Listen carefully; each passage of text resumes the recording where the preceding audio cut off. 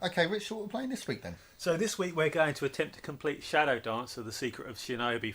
This is an arcade action game for the Sega Mega Drive that was released in 1990, and it's sort of only loosely based on the arcade game of the same name. So at this sort of time period, Sega wouldn't just do straight ports of their arcade games a lot of the time. A lot of the time they would make original games for their consoles that sort of, they took some ideas from the arcade games, but they sort of make something new out of it. So do you have any experience with the game at all? Well, I've played Revenge of Shinobi, but that's about it, unfortunately. Yeah, so this game has more in common with the original Shinobi. So these Shadow Dancer games, the two Shadow Dancer games, they sort of went back to the original gameplay. So they're a lot more brutal than the Mega Drive ones. There's a lot of one-hit kills in them and such. Oh, great. So you ready to go for it then? Yeah, let's go. Yeah, so these games are actually set in the future as well. So this is set in 1997. 7 years after the game came. Obviously it's not the future anymore, but they were supposed to be set in the future. And the character in it is actually Joe Musashi's son. But when the game came over to the West, they sort of mucked about with the storyline and just made it style the original Shinobi character. Yeah. So you get shurikens with the B button. If you're in close proximity to an enemy, you basically swap to a sword, which does a lot of damage, as you can see there. The A button does sort of a special move that destroys everything on the screen, but you can only use it once per stage. Oh, I thought that would throw me up there. If, like in the original Shinobi, if you hold up and press the C button, you jump to the higher level effectively. Right, so the dog, I'll show you how to use it now. Okay, you worked it out anyway. Yeah. So the dog is barking when it has a target.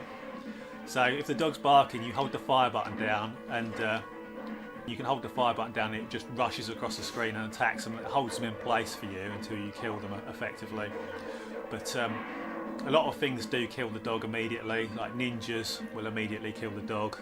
And if you send the dog towards someone with a boomerang before they throw it off, then it kills the dog then as well.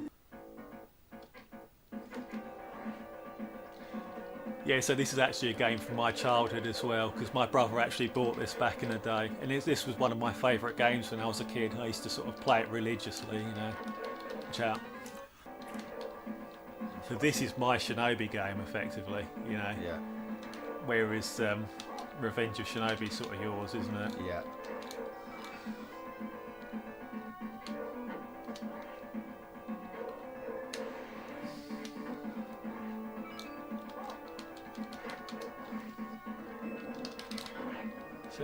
Also, remember you've got your special move as well. I don't need a special move. Oh, I'm dead now. Press it.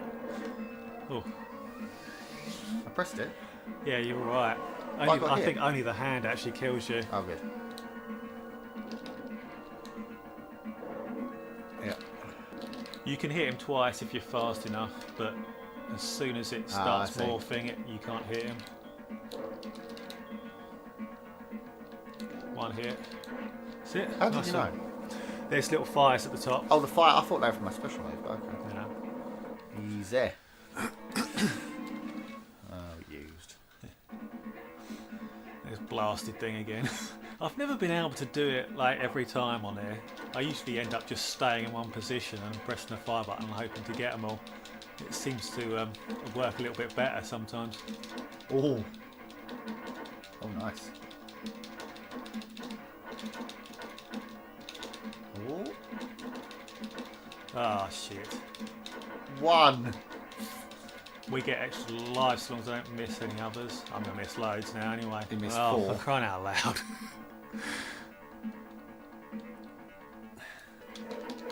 This level's very much like the original Shinobi actually. It's sort of a warehouse level in the original game. Oh. Oh. It's facing the other way, you'll be alright. You got them all.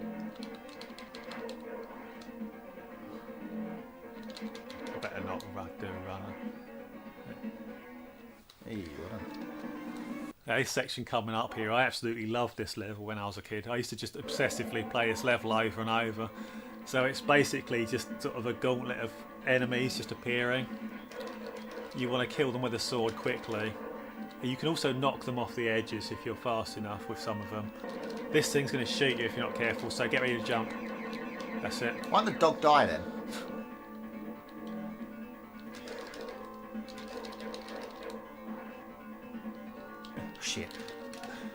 that. Yeah, just use that. There's 4 of them. They're pretty nasty ones, the red ones as well. I think they're the second nastiest. This is coming back again. Which way? Which direction? Just get ready to jump it. I was wondering from which direction to jump. I wasn't sure which way it was coming from.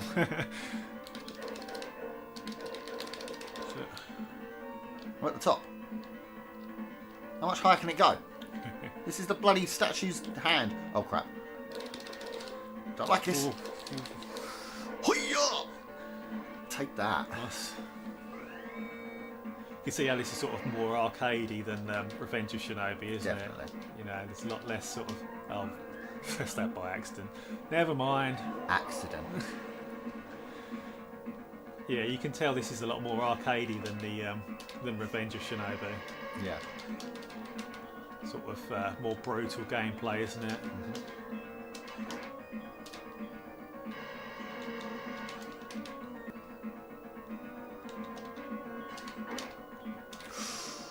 I thought you jumped a bit early then. Oh. Sorted. Nice. Last round.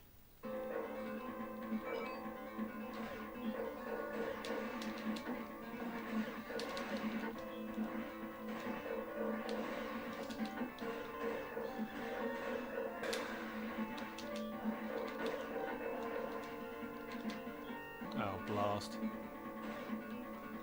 Alright.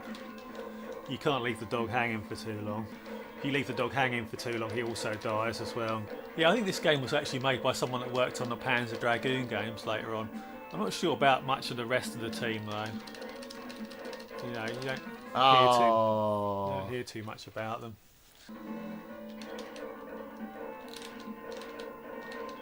You sort of methodically take them out, really.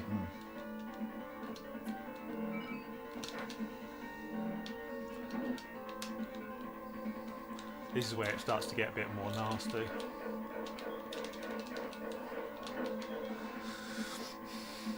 Stop barking, you little fucker. Can't stand yappy dogs.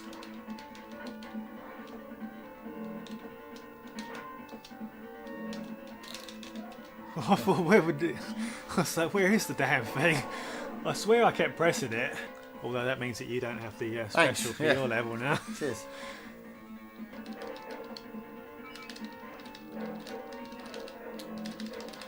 I couldn't... he was right next to me, so why couldn't I slice him? Needs to be the right sort of timing, really. You love it when they appear from behind as well.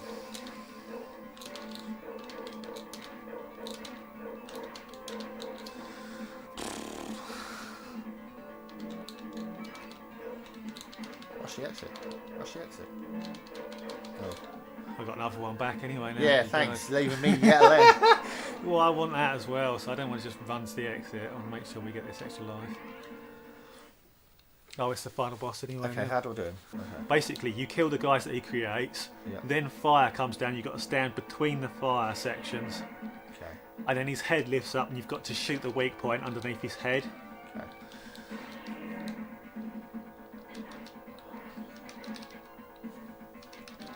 What? So when I'm throwing a shuriken out, I can't attack with my sword? If you throw one, then it'll delay you for a second. That's why. You know?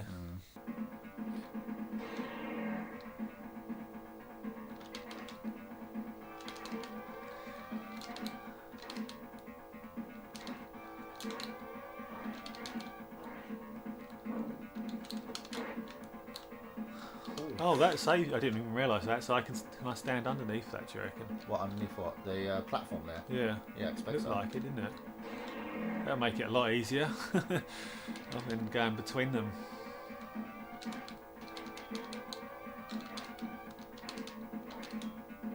Yeah, he does protect you. Oh, you've got 2 hits. He's only got 2 lives left. Should be able to do it in the next one. You've got special move, can't forget. I only use it if I'm about to die.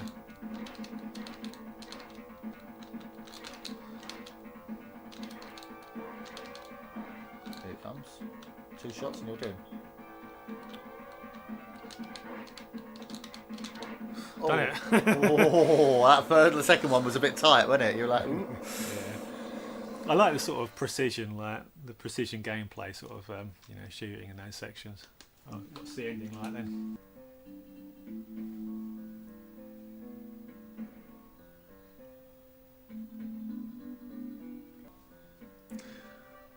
I do like the music in this game.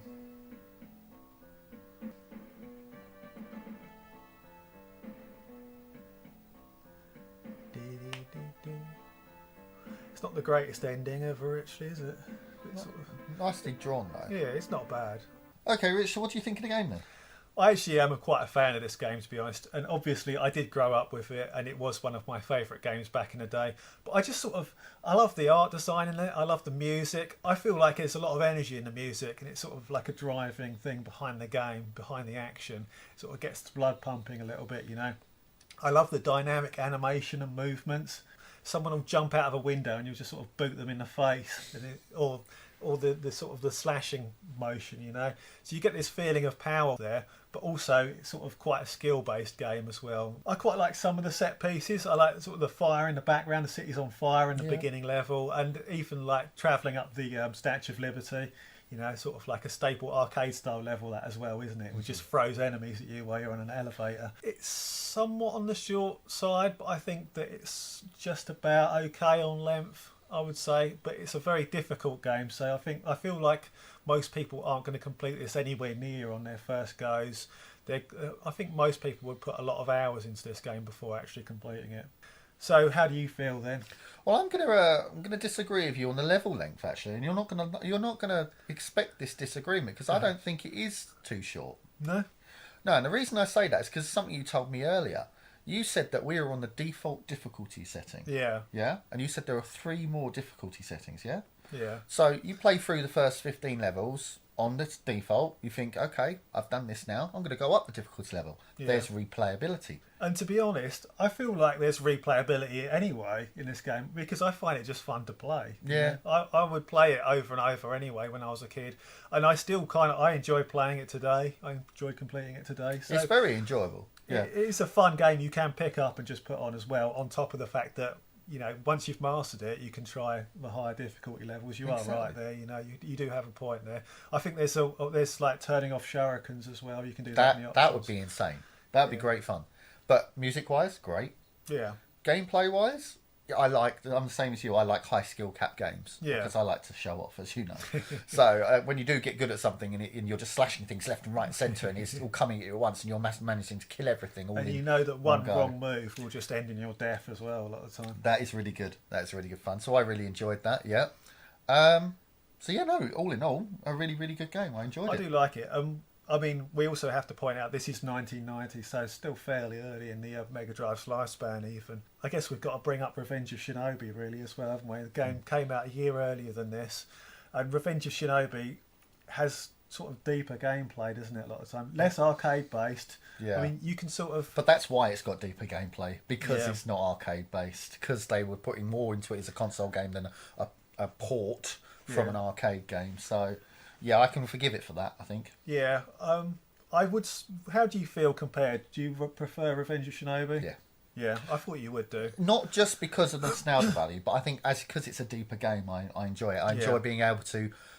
You have to watch your shuriken levels, so you know you've got the right amount of shurikens to do things. You've got the front flip, which allows you to throw off multiple shurikens and take out an entire area. Yeah. You've got lots of different special moves, which are useful in certain different places. Yeah. But in fact, this is good fun. Even the going into the background works better in Revenge of Shinobi, I'd say, a little bit. Not used as well in this as it is in Revenge of Shinobi. And you do get a life bar in Shinobi, which makes it a bit easier. Yeah, it makes it a lot more accessible, doesn't it? The life bar in Revenge of Shinobi. And Shinobi has Spider-Man in. Yeah, and Batman. Okay then, Richard, what are you going to score it? Well, like I said before, I feel like Revenge of Shinobi probably is a better all-round game than this, and it did come out a year earlier. But I do still really like this, and I feel like it's a good example for the year it came out as like a sort of an adrenaline-fueled action game. So I'm going to give the game 4 out of 5. So what do you reckon then? So, yeah, no, I'm going to give you the same score. I'm going to say 4 out of 5 as well, and it's purely because Revenge of Shinobi came out a year earlier and is... marginally a better game. Yeah. Marginally. Very, very different as well, though, which is a good thing. Which I never thought I would have said before playing this. Yeah. Because this was your Shinobi, Revenge was my Shinobi. You know, I grew up with that game. I love it as like you love this game. So I would have thought, no, it's going to get 3 because it's never ever going to stand up to Shinobi, but it does. Okay, guys, that's Shadow Dancer: The Secret Shinobi for this week. Really enjoyed it. Yeah, I mean, it's a childhood favourite for me, so I actually always enjoy playing it pretty much. Yeah, well, it's no Revenge for Shinobi for me. But if you disagree with me, give us a comment, give us a like, and we will see you next week with another game. Take care, guys. See ya.